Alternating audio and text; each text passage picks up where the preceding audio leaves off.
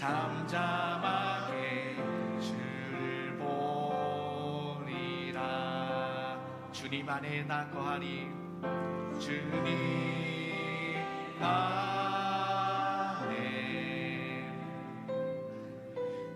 거하리.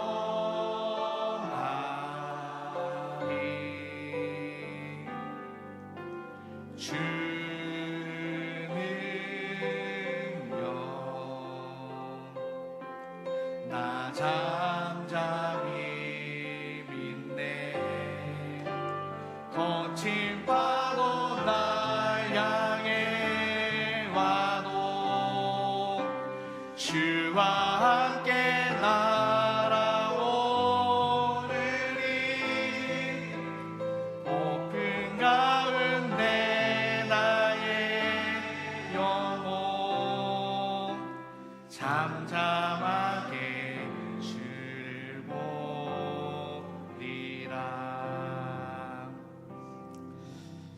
아멘. 이 고백이 저와 성도님들 고백되기를 주님의 이름으로 소원합니다.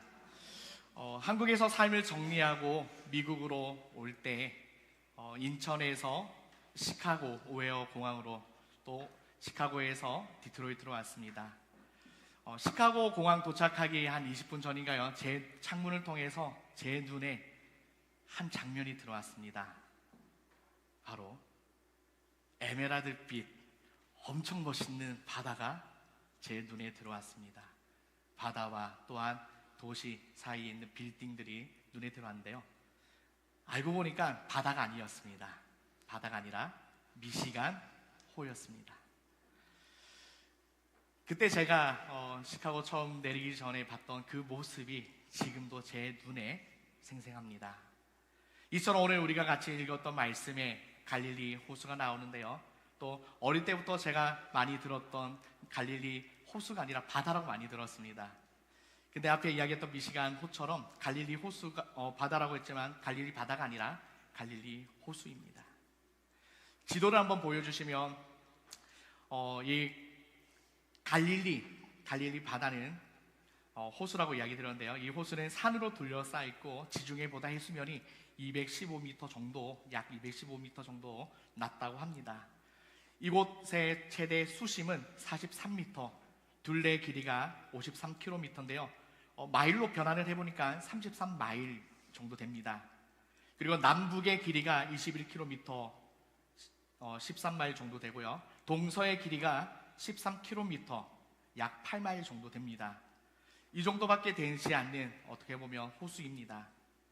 북쪽에는 2670m가 되는 헬몬산이 있고, 또 헬몬산의 이 눈이 녹은 차가운 물이 좁은 계곡을 타고 흘러와 갈릴리 호수로 모입니다.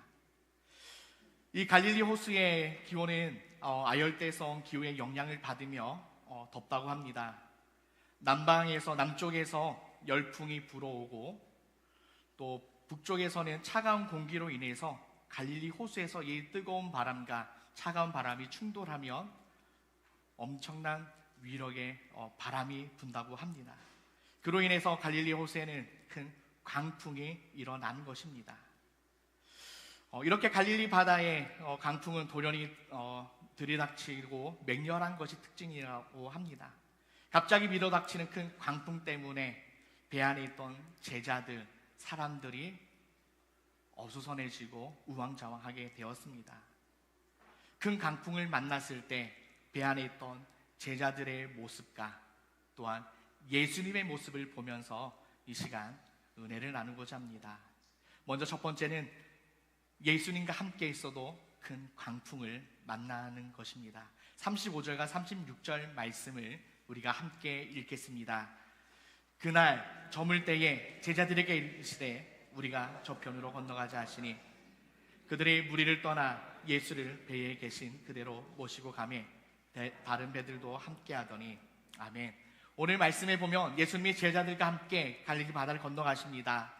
이는 갈릴리 동편에 가셔서 또한 말씀을 전하시기 위해서 또한 새로운 사역을 하시기 위해서 제자들과 함께 배를 타고 건너가는 모습입니다. 그렇게 갈릴리 바다를 건너가는 중에 큰 광풍을 만나게 되었습니다. 이 강풍이라는 헬라 단어는 라일랍스라는 단어로서 이는 향방 없이 불어닥치는 미친 바람이라는 것입니다. 갑자기 불어닥친 큰 강풍 앞에서 어찌 할 수가 없었습니다. 그런데 문제는 예수님과 함께 그 배에 있었는데도 또 예수님이 그 배에 계셨음에도 불구하고 큰 광풍을 만났다라는 것입니다.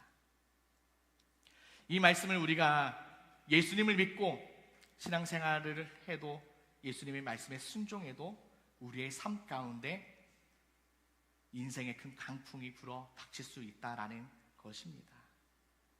죄 지은 자에게만 어려움이 닥치는 것이라고 생각할 수 있지만 그렇지 않습니다. 저의 어릴 적 신앙생활을 되돌아보면 만사형통, 교회에서 많이 만사형통이 최고의 복인 줄 알았습니다. 아프거나 열나거나 병원에 가면 너가 죄를 지어서 그런 거야 라는 그러한 시대였습니다. 그리고 담임 목사님도 한번 이야기하셨지만 제가 축구를 너무 좋아해서 29살 때 결승전에서 전방 십자인대가 파열되는 다치는 그런 사건이 있었고 그때 재건 수술을 인해서 총 5번의 한쪽 다리만 5번의 수술을 했습니다. 그렇다면 저는 5번의 수술과 병원에 입원하고 이래저래 반복하면서 어떻게 보면 저주받은 것입니까? 그때 병원 생활하면서 힘든 가정 가운데 하나님께서 고난과 고통을 주시는 하나님의 또 다른 이유가 있다는 것을 깨닫게 되었습니다. 대개 우리가 예수님을 믿는 이유가 무엇입니까? 만사형통 잘 되고 복을 받는 거 중요합니다. 하지만 예수님을 믿고 신앙생활 하면서도 때로는 생각지도 못한 강풍과 같은 어려운 일을 만난다라는 것입니다. 시편 119편 165절 말씀에 보면 주의 법을 사랑하는 자에게는 큰 평안이 있으니 그들에게는 장애물이 없으리라 말씀하고 있습니다. 예수님을 믿으면 큰 평안이 있고 어떤 장애물도 없다는 말씀입니다. 그런데 예수님을 믿고 따라가도 예수님과 함께 있어도 장애물을 만나고 강풍이 있다라는 것입니다. 제자들이 예수님을 따르지 않았으면 강풍을 만나지 않았을 것입니다. 예수님이 피곤하셔서 오늘 여기서 하룻밤 자고 내일 다음날 가자라고 했으면 육지에 남아있었으면 바람이 부든 파도가 치든 무슨 상관이 있었겠습니까? 하지만 오늘 말씀에 보면 예수님과 제자들이 탄 배 외에도 또 다른 배들이 있었다. 함께 다른 배들이 함께 예수님과 강 건너편으로 가고 있다는 것을 기록하고 있습니다. 이 말은 예수님과 함께 배를 타고 건너는 사람들이 예수님과 12명의 제자만이 아니었다는 것을 알 수 있습니다. 그들은 모두 예수님의 말씀에 순종해서 갈릴리 바다를 건너갑니다. 그러다가 큰 광풍을 만났습니다. 우리가 신앙생활을 하다 보면 예수님을 믿지 않았으면 괜찮았을 일인데 교회 안 다니면 아무런 걱정이 될 일도 아닌데 교회 다니면서 신앙생활하면서 이런 걱정 저런 걱정 또한 말씀대로 순종하면서 말씀을 믿으며 나갈 때 강풍을 만날 때가 있다라는 것입니다. 강풍을 만났을 때 이상하게 생각하지 마시길 바랍니다. 오늘 말씀처럼 예수님을 믿고 따라가도 강풍을 만나게 되어 있습니다. 더 나아가서 예수님을 믿는다는 이유로 오늘날 핍박과 박해를 받기도 합니다. 성경에는 많은 인물들이 나옵니다. 창세기에 보면 요셉이 나오는데요. 이 요셉도 어떠한 사람이었습니까? 하나님께서 이 요셉에게 꿈으로 앞 미래에 대해서 어떻게 하나님께서 이 요셉을 사용하실지에 대해서 말씀하셨습니다. 근데 요셉이 그 꿈을 꾸고 난 뒤에 그의 삶은 어떠합니까? 형통한 삶이었습니까? 아닙니다. 처음에는 형통한 것처럼 보였지만 결국 형들에게 버림받고 애굽의 노예로 팔렸고 보디발의 집에서 하나님 말씀을 지키다가 보디발의 아내의 그 유혹에 거절하면서 어떻게 되었습니까? 결국 감옥에 갇혔습니다. 욥도 그러합니다. 욥도 늘 하나님 앞에 순전하고 정직하며 하나님을 경외하며 악에서 떠난 자라고 말씀하고 있습니다. 하지만 그러한 욥에게도 큰 광풍이 몰아쳐 왔습니다. 하루아침에 자녀들이 다 죽었습니다. 그가 가지고 있던 소와 양떼 모든 재산들이 다 빼앗기고 약탈당했습니다. 심지어는 사랑하는 아내가 욥에게 이렇게 이야기합니다. 내 하나님을 저주하고 죽어라라고 이야기합니다. 그러한 상황 가운데 욥에게 고난이 왔을 때 그는 잠잠히 하나님 앞에 기도하며 나아간 줄 믿습니다. 하나님은 고난이라는 도구를 통해서 믿는 자들을 훈련하시고 나를 제대로 믿고 있는지 섬기고 있는지 또한 나를 사랑하는지 하나님께서는 물어보십니다. 이렇게 믿는 자들에게 주시는 고난은 그 믿음이 더 성숙해지고 위대한 믿음이 되어 더 나아가서 하나님께 받을 그 은혜와 또 다른 사랑이 숨어 있다는 것을 우리는 기억해야 될 줄 믿습니다. 요셉과 욥, 결국에는 요셉은 고난을 통해서 부모 형제를 이스라엘이라는 한 민족을 구원하며 나가는 애굽의 총리가 되었으며 욥은 귀로만 듣던 하나님을 직접 만나고 그 음성을 듣고 하나님께서 갑절의 은혜와 복을 주신 줄 믿습니다. 그러므로 우리에게 주시는 광풍과 시련과 어려움이 있다면 하나님이 살아계심을 또한 하나님의 또 다른 계획과 인도하심을 우리가 믿으며 나가길 주님의 이름으로 소원합니다. 오늘 말씀에 보면 큰 강풍을 만난 제자들이 이렇게 이야기합니다. 그가 누구이기에 바람과 바다도 순종하는가? 예수님이 우주와 만물을 만드신 또한 창세기 1장 1절에 태초에 하나님이 천지를 창조하시니라. 아멘. 이 말씀을 다 믿으시는 줄 믿습니다. 하나님께서는 태초에 천지와 우주와 만물을 창조하실 뿐만 아니라 바로 나를, 이 자리에 계신 우리 성도님들을 만드시고 창조하신 분이신 줄 믿습니다. 제자들이 창조주 하나님을 믿고 또 바다도 잠잠케 하시는 예수님 하나님이라는 사실을 깨달았을 것입니다. 그러므로 큰 강풍을 만났을 때 불평하고 원망하는 사람들은 어떻게 보면 그냥 단순히 눈앞에 보여지는 것에 대해서만 하나님을 원망하며 나갈 수 있지만 그 뒤에 숨겨진 하나님의 감추어진 은혜와 축복을 그것을 발견하고 그 강풍을 만났을 때 우리가 원망과 불평하기보다는 하나님께 나아가기를 주님의 이름으로 소원합니다.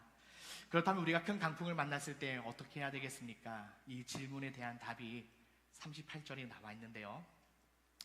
우리 38절 말씀을 함께 읽겠습니다. 시작. 예수께서는 고문에서 베개를 베고 주무시더니 제자들이 깨우며 이르시되 선생님이여 우리가 죽게 된 것을 돌보지 아니하시나이까. 아멘.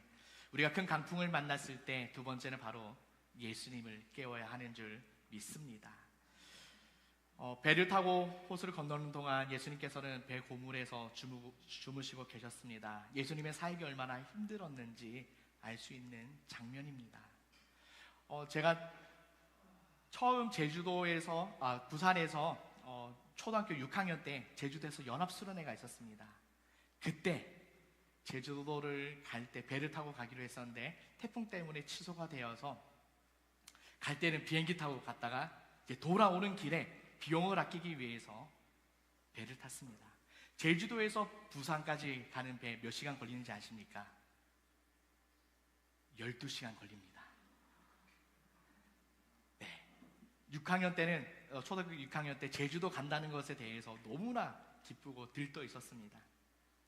그래서 원래는 부산에서 완도까지 차로 7시간, 8시간 가서 완도에서 배 타고 들어가는 게 계획이었습니다.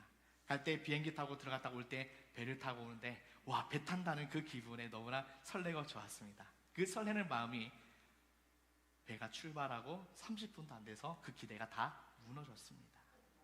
왜냐하면 혹시 배멀미, 배를 타보신 분들 혹시 아시겠지만 배가 어떻게 갑니까? 자동차처럼 쿠션이 있거나 아니면 뭔가 평안하게 갑니까? 아닙니다. 바다에 출렁출렁 하면서 갑니다. 그때 배를 타기 전에 준비한 것이 몇 가지가 있었습니다. 멀미하는 사람들이 있으면 손들어라 해서 그때 기미테라고 해서 기 뒤에 붙이는 기미테를 붙였습니다. 또 어느 아부개 목사님이 10원짜리 동전을 준비해 왔습니다. 이거 동전과 밴드를 준비해 왔는데요, 10원짜리가 그때 당시 구리로 만들었기 때문에 동전과 밴드를 붙여서 어디에 붙이라고 했냐면 배꼽에다가. 배꼽에 붙이면 멀미를 덜 하게 된다.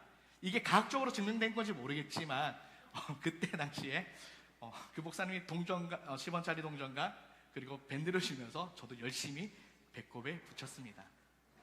기밑에도 붙였죠. 그리고 동전도 배꼽에 붙였습니다. 어떻게 됐을까요? 멀미를 했을까 안 했을까요? 네, 멀미를 했습니다. 그리고 나서 이제 또 시간이 지나고 고등학교 2학년 때 저희 위에 학번 선배들 수학여행이라는 또 여행 있지 않습니까? 저희 바로 위에 선배들은 강원도에 있는 설악산을 갔는데 저희 때부터 또 제주도를 간 겁니다. 그때 또 제주도를 갈 때 처음 가는 건데 비용은 아낀다고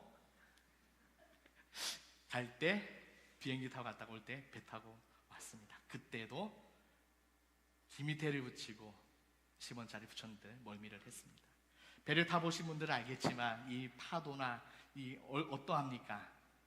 계속 출렁출렁하면서 막 정신없고, 제 기억에는 그때 많은 사람들이 화장실에 줄 서 있었고 화장실에 갈 수 없었으며 다들 난간에 붙잡고 막 오바이트 하면서 힘들어한 모습을 지금도 생생합니다.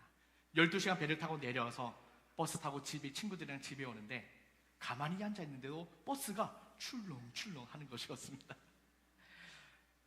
다시 한 번 더 12시간 배를 타라고 한다고 하면 지금에 와서는 자신이 없습니다. 오늘 말씀에 보면 예수님이 주무시는 사이에 큰 강풍이 일어났고 이 장면에 대해서 너무나 잘 표현한 화가가 있습니다. 바로 렘브란트라는 화가인데요, 이 렘브란트가 갈릴리 호수에서 폭풍우를 만난 그리스도라는 제목으로 그림을 그렸습니다. 첫 번째 그림에 보시면 그 세로로 긴 화면 가운데 위태롭게 보이는 배 한 척이 있습니다. 폭풍우를 만나서 뱃머리가 훌쩍 돌려 있고 또 새 돛이 요동치고 있습니다. 바닷물과 수직을 유지해야 할 기다란 이 돛대가 금방이라도 뒤로 넘어갈 듯 화면을 대각선으로 가로지르고 있습니다. 그 다음 그림 한번 넘겨주시면 이 그림을 조금 확대한 부분인데 앞쪽 부분입니다. 선원들의 모습이 나와 있습니다. 어찌할 줄 몰라 세일 줄을 잡고 배의 균형을 맞추기 위해서 안간 힘을 쓰고 있는, 밧줄을 잡고 있는 사람도 있고요. 또한 자세히 보면 파도로 인해서 물이 배 안으로 들어오고 있는 모습도 볼 수 있습니다. 그 다음 그림을 한번 넘겨주시면 좀 어두워서 잘 안 보일 수도 있지만 어떤 장면이냐면 바람에 의해서 돛줄이 끊어져서 끊어진 줄이 휘날리고 바람에 날리고 있습니다. 그 다음 그림 한번 넘겨주시면 반면 배 뒤쪽의 상황을 이제 좀 확대를 한 건데요, 배 뒤쪽은 상대적으로 차분합니다. 긴급하게 돌아가는 앞쪽과 달리 뒤쪽에 몇몇 사람들이 이야기를 나누고 있습니다. 또 얼굴에 좀 뭔가 환하고 빛나는 모습의 분이 계시는데 바로 예수님입니다. 이 그림을 조금 더 확대를 해보면 그 다음 넘겨주시면 어떤 모습입니까? 배 난간에서 멀미로 토하는 사람, 또 두 번째 그림을 보면 두려움에 떨고 있는 사람도 있고요, 마음을 비운 사람도 있고 이 상황에서 어떻게 해야 될지 뭔가 방법을 찾고자 하는 사람의 모습도 보입니다. 마지막으로 그림을 보면 배의 방향을 잡기 위해서 끙끙대고 있는 사람, 어떻게든 이 방향키를 놓지 않기 위해서 고군분투하고 있는 한 사람이 보입니다. 그림 앞쪽이 폭풍에 맞서 싸우는 사람들의 표현했다면 뒤쪽에는 이러한 상황에서 일어나는 다양한 반응을 이 렘브란트 화가가 표현하고 있습니다. 우리가 인생의 큰 강풍을 만났을 때 저와 우리 성도님들의 모습은 어떠합니까? 내가 어떻게 해보겠다고 밧줄을 방향키를 잡고 있습니까? 아니면 배멀미로 토하고 두려움과 자포자기 그런 상황이 있습니까? 오늘 이 말씀에 나오는 이 제자들 중에 갈릴리에서 잔뼈가 굵은 여러 사람들이 있습니다. 베드로와 안드레, 야고보, 요한, 이 사람들의 직업은 어부였습니다. 배를 만들고 배를 띄워 고기 잡는 사람들이었습니다. 누구보다도 갈릴리의 바다를 잘 알고 있었고 배에 대해서 잘 알고 있었을 것입니다. 근데 그들의 강풍이 일어났을 때 자기들의 경험을 살려서 이 그림처럼 어떻게든 이 강풍을 극복하고자 노력했을 것입니다. 그러나 그들의 힘만 가지고 그들의 경험과 지식만으로는 이 문제를, 이 위기를 극복할 수 없었다라는 것입니다. 그들의 경험에 의한 노력이 큰 광풍 앞에, 자연의 섭리 앞에, 큰 파도와 바람 앞에 인간은 한없이 낮고 낮은 작은 존재였다라는 것입니다. 그들이 할 수 있는 것 오직 한 가지, 하나밖에 없었습니다. 바로 주무시고 계시는 예수님을 깨우는 것입니다. 예수님을 깨운다는 것이 무엇입니까? 오늘날 예수님을 깨우는 거, 어떻게 예수님을 깨울 수 있겠습니까? 저는 바로 말씀, 기도, 찬양, 예배에 더 나가서 기도로 예수님을 깨울 수 있다고 믿습니다. 오늘 말씀 보면 죽게 될 지경에 이르러서야 주여 우리가 죽게 된 것을 돌보지 아니하십니까? 라고 제자들이 이야기합니다. 이것은 너무나 정말로 간절한 기도였습니다. 우리가 너무 순적하고 형통한 생활을 하면 하나님 앞에 부르짖는 기도를 드리기가 어렵습니다. 혹시 주여 하면서 크게 간절히 주님의 이름을 부르며 간절히 기도 들었을 때가 언제였습니까? 평안할 때 주여 외치기보다는 생각지도 못한 문제와 어려움을 만났을 때 간절히 주님을 찾고 간절히 부르짖어 본 경험이 다들 있으실 것입니다. 오늘 본문 41절에 제자는 심히 두려워하는데 주님은 제자들에게 이렇게 이야기합니다. 어찌하여 이렇게 무서워하느냐? 너희가 어찌 믿음이 없느냐라고 말씀하십니다. 이것은 너희가 어찌 강풍을 잠잠케 하는 능력이 없느냐라고 뭐라 하시는 것이 아니라 왜 나를 믿지 않느냐? 우주와 만물을 만드신 하나님, 그리고 그 아들이신 예수님을 믿지 않느냐, 믿음이 없느냐라고 질문하십니다. 우리의 상황이 죽게 된 그때에 우리는 믿음이 있어야 합니다. 믿음이 없을 때에 두려워하고 무서워하게 됩니다. 여기서 믿음이란 하나님의 보호하심에 대한 확고한 신뢰를 의지합니다. 예전에 사역할 때 병원이나 성도님들 병원 신방, 한우 신방을 많이 했습니다. 그때 병원 신방을 가면 꼭 하는 기도가 있습니다. 그 성도님의 아픔과 그 질병을 치료해 달라고 기도도 하지만 저는 더 중요한 기도가 무엇이냐면 하나님, 아무개 성도님이 이 질병과 아픔으로 인해서 믿음이 흔들리지 않게 해주세요. 하나님, 이 질병과 아픔으로 인해서 하나님이 없다라고 하지 않게 해주세요라고 꼭 기도를 합니다. 왜냐하면 문제와 어려움과 질병 앞에, 문제 앞에 저도 마찬가지고 그 누구 한 사람 예외 없이 마음이 무너지고 절망하게 되고 때로는 어찌 해야 할까 자포자기 할 때 그러한 경험을 사실 경험할 때가 많았습니다. 하나님, 이 성도는 이 질병을 통해서, 아픔을 통해서 믿음을 붙잡아 주시고 하나님, 이 질병을 통해서 하나님 부르짖고 기도할 때에 이길 수 있고 나아갈 수 있는 힘과 믿음을 주세요라고 기도를 합니다.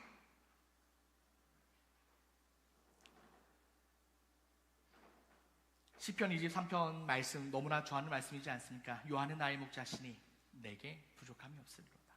4절 말씀에 보면 내가 사망의 음침한 골짜기를 다닐지라도 해를 두려워하지 않을 것은 주께서 나와 함께 하심이라.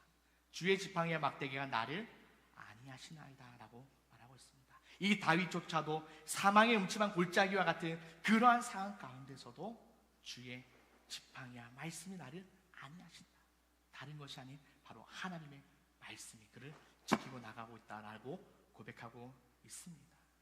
오늘 말씀에 조용한 갈릴리 바다에 갑자기 큰 강풍이 일어나는 것처럼 우리도 어느 날 갑자기 뜻밖의 큰 강풍을 만날 수 있습니다. 그래서 더 당황하고 불안해하는 거 당연합니다. 하지만 인생의 삶에 우리가 예수님을 믿고 신앙생활을 해도 어려운 문제를 만나고 그러한 가운데 바로 다른 것을 찾는 것이 아니라 하나님을, 예수님을 깨우며 나가는 그러한 저와 성도님들 되길 주님의 이름으로 소원합니다. 앞에서 이야기했듯이 하나님은 이 우주와 만물을 창조하신 창조의 하나님이시요, 또한 오늘 우리 성가대에 찬양한 전능하신 하나님이신 줄 믿습니다. 그 전능하신 하나님께서 말씀하시면 이 모든 문제가 해결될 줄 믿습니다. 그래서 오늘 말씀을 준비하면서 주일학교 때 불렀던 찬양이 생각이 났습니다. 혹시 이 찬양 아시는 분들 계실지 모르겠는데요, 우리 함께 예수님이 말씀하시니라는 찬양인데 4절만 우리 한번 함께 불러보시겠습니다.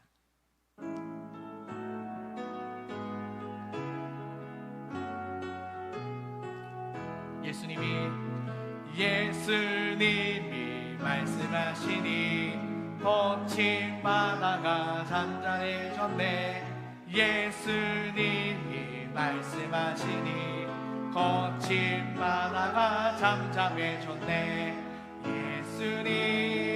예수님 나에게도 말씀하셔서 새롭게 변화시켜 주소서. 아멘. 이 찬양 어릴 때 너무나 많이 불렀고요. 지금 조금 공기가 따뜻하다 보니까 졸리시는 분도 있는데 제가 그래서 율동을 준비했는데요. 한번 같이 따라했으면 좋겠습니다. 그냥 예수님이 같이 한번 예수님이 말씀하시니 거친 바다죠. 거친 바다가 거칠죠. 네. 기억하시는 분도 모르겠는데 거친 바다가 잔잔해졌네. 또 반복입니다. 예수님이 말씀하시니 거친 바다가 어떻게? 잔잔해졌네.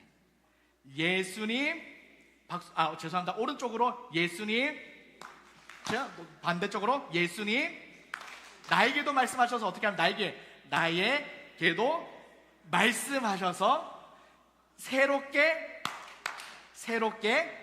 변화시켜 주소서. 쉬워요. 변화시켜 주소서. 이렇게 우리 한번 같이 찬양 한번 하도록 하겠습니다.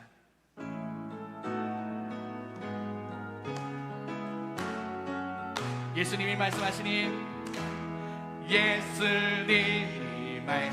거친 파도가 잔잔해졌네. 예수님이 거친 바다가 예수님 나에게도 말씀 새롭게 변화시켜 주소서. 아멘. 바로 세 번째 이거를 이야기하기 위해서 같이 찬양을 했는데요, 바로 세 번째, 예수님께서 말씀하시면 큰 광풍은 잠잠해지는 줄 믿습니다. 우리 39절 말씀을 함께 읽겠습니다. 예수께서 바람을 꾸짖으시며 바다더러 이르시되 잠잠하라 고요하라 하시니 바람이 그치고 아주 잔잔하여 지더라. 아멘. 우리가 믿는 하나님 어떤 분이십니까? 앞에서 방금 이야기했듯이 온 우주와 만물을 만드신 창조주 하나님이신 줄 믿습니다. 그 하나님이 우주 만물을 만드셨고 저와 우리 성도님들을 만드셨습니다.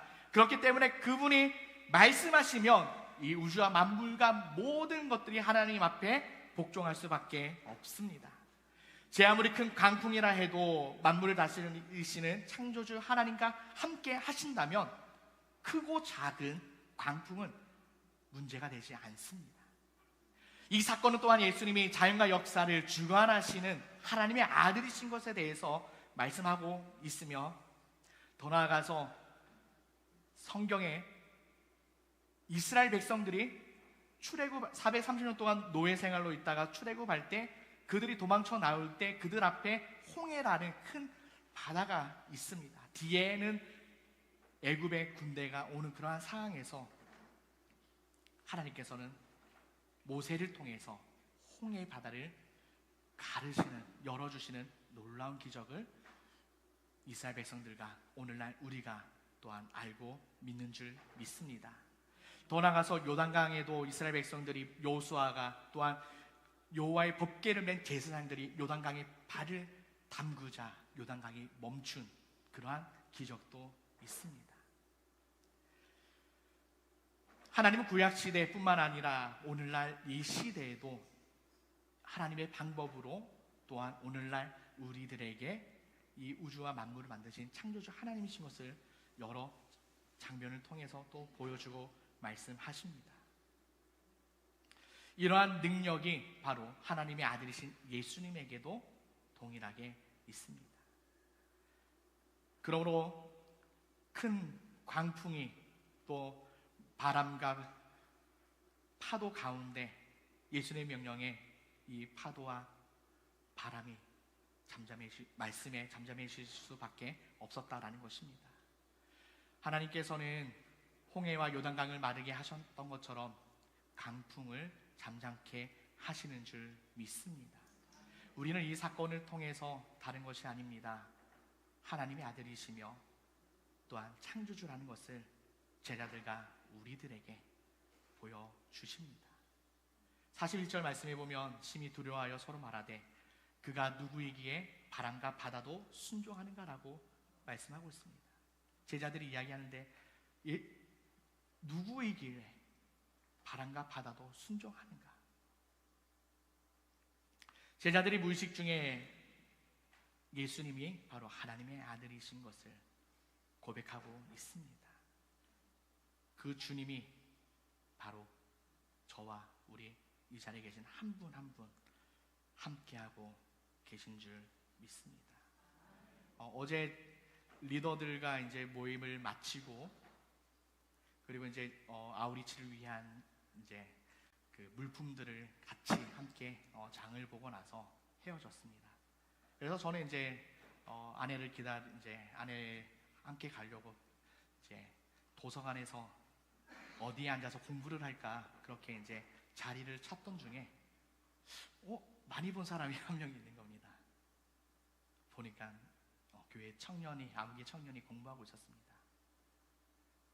그래서 혹시나 몰라서 함부로 문 열고 들어가서 확인하기 그래서 카톡으로 혹시 누구야? 너 맞니? 했는데 맞다는 거예요. 그래서 다시 가방을 들고 그 스터디룸에 가서 그 청년을 너무나 반가워서 이야기를 했습니다. 이야기를 하는 중에 최근에 참 그 청년에게 크고 작은 강풍과 같은 일들이 있었다는 것을 고백을 듣게 되었습니다. 근데 그 고백을 하는데 제가 어떻게 해줄 수 있는 게 없더라고요. 그래서 말씀을 이제 오늘 본문 말씀이 생각이 나서 이 말씀을 사실 그 청년과 먼저 조금 나누었습니다. 우리가 예수님을 믿고 신앙생활하는 가운데 크고 작은 일들을 만날 때가 있다. 그러면 그때 어떻게 할 거냐? 맞습니다. 차 사고가 나거나 큰 문제가 있으면 빨리 어디다 전화해야 되죠? 119가 아니라 911 전화해서 빨리 도움을 요청해야 될 겁니다. 우리 그리스도인이라면 큰 문제와 어려움, 크고 작은 파도와 강풍을 만났을 때 때로는 사람에게 먼저 연락해서 내가 지금 이러한 상황이고 내가 너무 억울하고 내가 이러하기 때문에 내 말 좀 들어줘 할 수 있습니다. 그렇게 사람들에게 이야기하기 전에 먼저 하나님 앞에 있는 그 자리에서 1분이라도 잠깐이라도 무릎 꿇고 하나님, 왜 나에게 이런 문제가, 이런 어려움이 있습니까? 이 문제를 하나님께서 예비하시다. 또 다른 뜻이 있다면 이 문제도 하나님의 지혜 주셔서 해결해 달라고 이 말씀을 나누게 되었습니다. 저는 너무나 감사했던 것 중에 하나가 그냥 바로 집으로 갈 수도 있었지만 하나님께서 그 도서관에 잠깐 들러서 이 청년을 만나게 하시고 이야기를 듣게 하시고 또한 이 말씀을 통해서 저뿐만 아니라 이 청년을 위로하시는 하나님의 그 작은 세밀하심과 인도하심을 경험하게 되었습니다. 우리가 신앙생활하면서 어려움이 없으면 얼마나 좋겠습니까? 큰 강풍이 물러가면 얼마나 좋겠습니까? 하지만 전혀 생각지도 못한 그런 상황으로 몰고 가시기도 하시고, 때로는 내가 감당할 수 없는 그러한 일을 주셔서 나에게 나오라라고 하나님께서 또 다른 방법으로 우리를 부르시고 인도하시는 줄 믿습니다.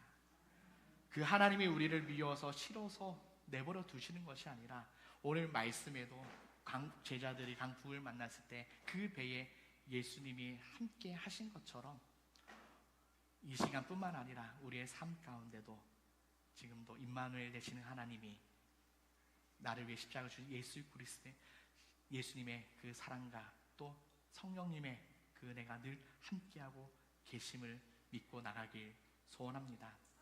마지막으로 한옥 목사님이 쓰신 책 폭풍 속의 은혜라는 책이 있는데요, 여기서 한옥 목사님이 이렇게 이야기를 합니다. 하나님의 사람은 폭풍이 왔다고 해서 너무 황당하여 조급하게 반응하면 안 된다. 늪에 빠졌을 때 허우적거리면 더 빨리 가라앉게 되지 않는가. 마음을 가라앉혀야 한다. 숨을 고르고 기도해야 한다. 어떤 상황에서도 하나님이 내 인생을 주관하고 계심을 믿고 어느 정도의 아픔을 어느 정도의 시간 동안 견뎌내야 한다. 하나님은 잘 될 때나 안 될 때나 항상 우리 옆에 계신다. 우리는 상황에 휩쓸리지만 하나님은 상황을 주관하신다. 아직도 반항하고 따지고 하늘 기력이 남아있는가? 빨리 포기하고 하나님 앞에 무릎 꿇길 바란다. 그분은 가장 낮은 곳으로 추락한 당신을 찾아와 일으켜 주실 것이다. 이렇게 이야기하고 있습니다. 오늘 말씀을 정리하면 첫 번째, 우리가 예수님과 함께 있어도 큰 강풍을 만날 수 있습니다. 예수님이 제자들과 함께 배에 계셨음에도 불구하고 큰 강풍이 일어났습니다. 신앙생활 하면서 더 잘되고 축복도 받고 은혜 부어주시는 것도 있지만 또한 어려움과 시련을 겪을 수 있습니다. 이때 어떻게 해야 되겠습니까? 바로 예수님을 깨워야 하는 줄 믿습니다. 우리가 제자들은 큰 강풍 속에서도 자신들의 경험과 어떻게든 해보려고 했지만 결국 그들의 한계를 깨닫고 되지 않을 때 예수님을 깨우며 도움을 요청했습니다. 이처럼 큰 위기 상황에서도 기도로 주님께 나가야 되는 줄 믿습니다. 이러한 위기 상황 속에서도 하나님 앞에 나와서 예배하며 기도하며 또한 그 하나님을 붙잡고 나가길 소원합니다. 마지막으로 세 번째, 예수님이 말씀하시면 아무리 큰 강풍과 바다와 문제와 이러한 상황을 생각지도 못한 순간에 한순간에 정리하시고 인도하시는 분이 하나님이신 줄 믿습니다. 예수님 바람과 바다를 향해 잠잠하라 고요하라고 명령하셨을 때 바다가 잔잔해졌습니다. 이는 하나님이 창조주이시고 자연과 역사를 주관하시는 분이심을 우리가 다시 한 번 더 믿고 고백하길 원합니다. 우리의 문제도 하나님께 맡길 때 하나님께서 말씀하시면 이 문제가 해결될 줄 믿습니다. 오늘 이 시간 함께 잠깐 기도했으면 좋겠습니다. 하나님, 제자들이 예수님과 함께 저편으로 가자고 하셨을 때 함께 배를 타고 나갔습니다. 하지만 제자들이 생각지도 못한 큰 강풍을 만났습니다. 예수님이 제자들과 함께 계셨음에도 불구하고 강풍을 만난 것처럼 하나님, 우리의 삶 가운데 하나님 나를 불러주시고 자녀 삼아주시고 성전에 불러주셨지만 하나님, 나에게 크고 작은 강풍이 있습니다. 하나님, 때로는 남편과 때로는 아내, 가정, 자녀, 또 생각지도 못한 여러 가지 큰 강풍들을 만나며 마주칠 때가 많습니다. 내 한계를 마주칠 때가 많습니다. 내가 하는 것이 아니라 제자들이 자신들이 할 수 없다는 한계를 깨달았을 때 주님 앞에 나아가서 주님을 깨운 것처럼 하나님, 나도 위기와 어려운 상황에서 주님을 깨우기를 원합니다. 주님을 깨울 수 있는 믿음과 용기와 지혜를 주시옵소서. 내가 하는 것이 아니라 주님 앞에 나갈 수 있는 믿음을 성령께서 나에게 주시옵소서. 예수님이 말씀하시며 강풍이 잠잠해집니다.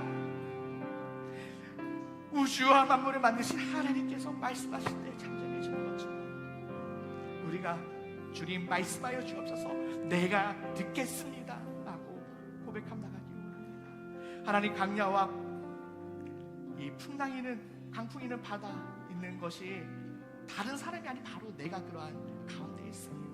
이러한 가운데도 나와 함께 하신 하나님, 끝까지 나와 함께 하여 주옵소서라고 주여 한번 부르시고 함께 기도하겠습니다. 주여.